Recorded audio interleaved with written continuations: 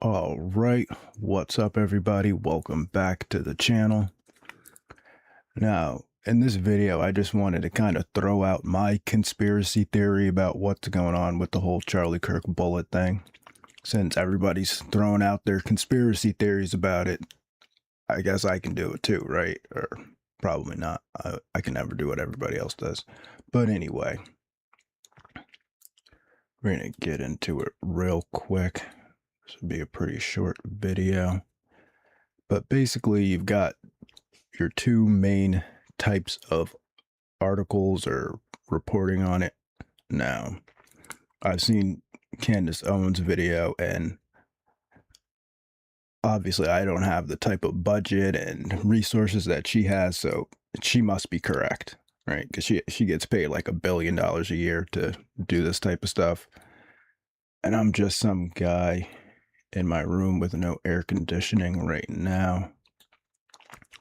So you got your two types of articles on it.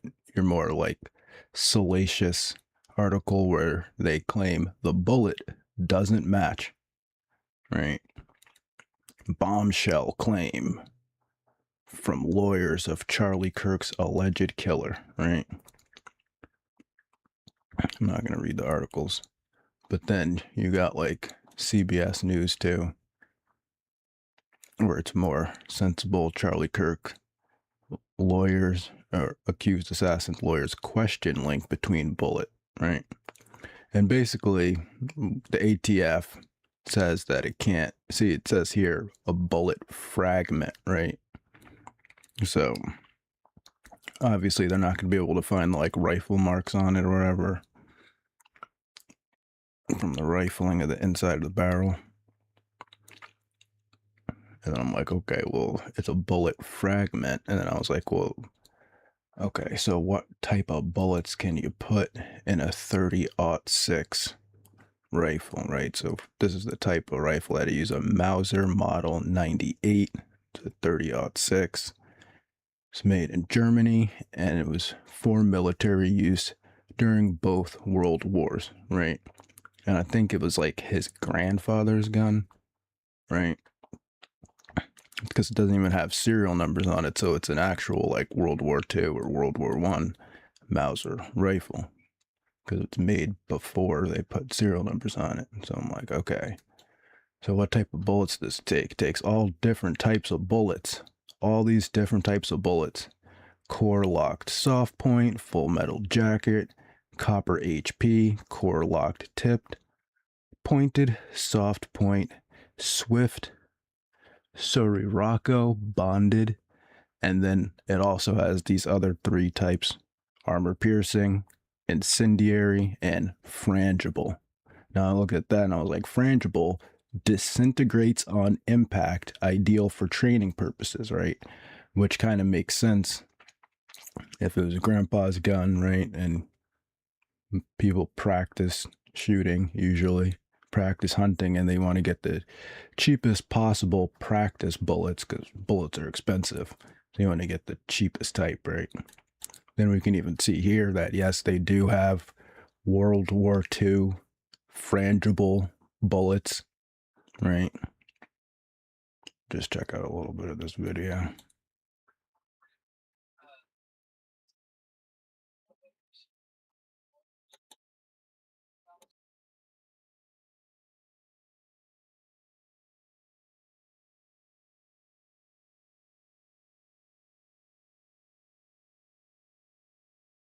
The Milsurp channel. Today I got something pretty cool for you. So as you can see here, I have a can of ammunition, but it's not normal ammunition. I found this at a flea market yesterday and picked up about 180 rounds of it. It wasn't quite a full case, but it'll give me some to play with. So as you can see here, it says 240 cartridges, caliber 30, ball, frangible, and then M22.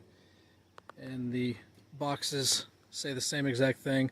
Lot FA 102, Frankfurt Arsenal, and then 102nd lot. So this stuff has a very neat history. It was part of what was known as Operation Pinball.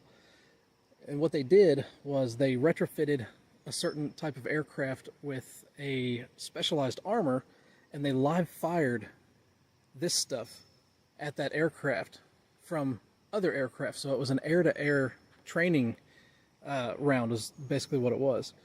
And it's composed of the projectile here. As you can see, it's not a normal color. It's composed of powderized lead and a plastic that was known as bakelite. If we look at the bottom of the round here, you see it says FA45 for.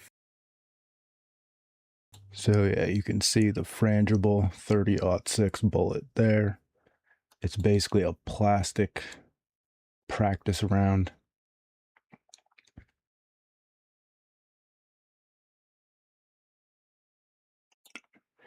Okay, so here we go. This article right here.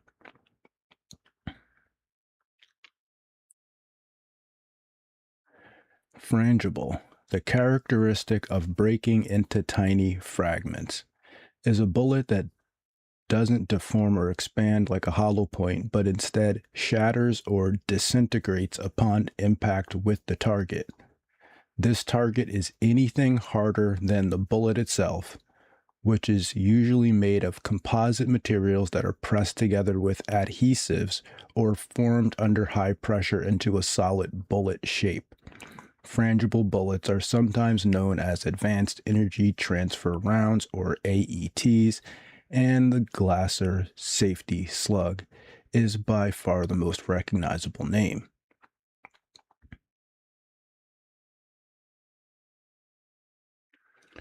And then it says there's always high demand for a bullet that won't cause collateral damage or accidental injuries due to over penetration. Right? Everyone's like, oh, a 30-06, it would have went straight through the ground and went to China because they're so powerful. Because these are bullets that break apart and fragment on impact. However, frangible projectiles can still go through a person and a wall because the bullet will not always break apart and release energy inside of its intended target. The solution to the normal frangible is actually perfected in the Glasser Safety Slug and other brands like the MagSafe SWAT that use a different style tip instead of metal. These use polymer tip, making them much more likely to fragment and dispel the contents when striking a person or even an animal, and almost always if it hits a wall.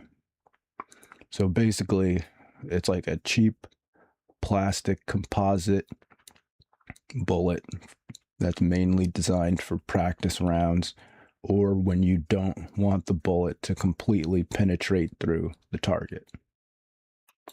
And we can see they've got World War II, 30-06.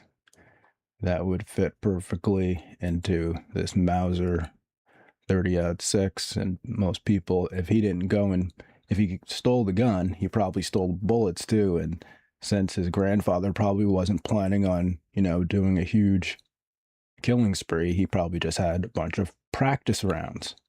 And also,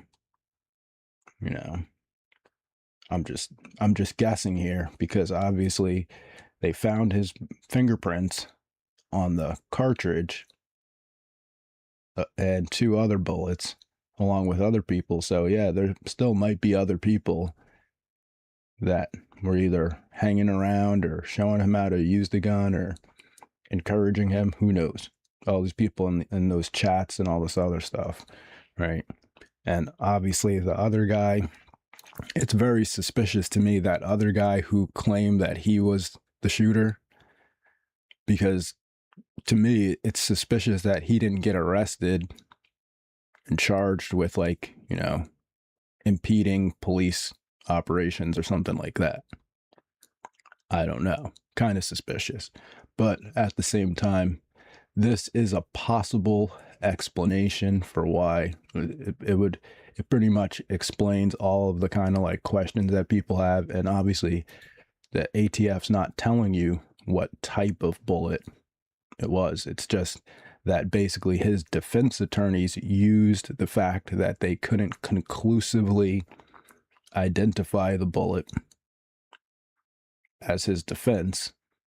And so that's what's being public, but they're not actually showing pictures of the bullet fragment or anything like that, or any details of the bullet fragment. So This is like my best conspiracy theory. That used a frangible bullet. So I didn't go through fully, and also would explain why there's only small fragments of the bullet left that can't be tested, although the cartridge is still there. I don't know. I may be crazy. I mean, I'm not on $1 billion budget, you know.